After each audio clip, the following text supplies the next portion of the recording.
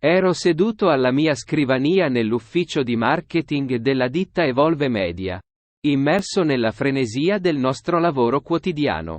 I nostri canali social non funzionavano correttamente, causando un calo significativo dell'interazione online. La mia collega, Laura, si avvicinò con un'espressione preoccupata. Cosa ne dici se ci rivolgiamo direttamente alla nostra community online? Potremmo organizzare una sessione live di domande e risposte, coinvolgendo gli utenti e cercando di comprendere i loro bisogni e le loro aspettative. La sessione live fu un successo travolgente. Ricevemmo una valanga di domande e feedback dai nostri utenti. Da quel giorno, la nostra community online si sentì più vicina a noi. I marchete che imparano dagli errori e coinvolgono la community, pronti a superare ogni ostacolo un passo alla volta.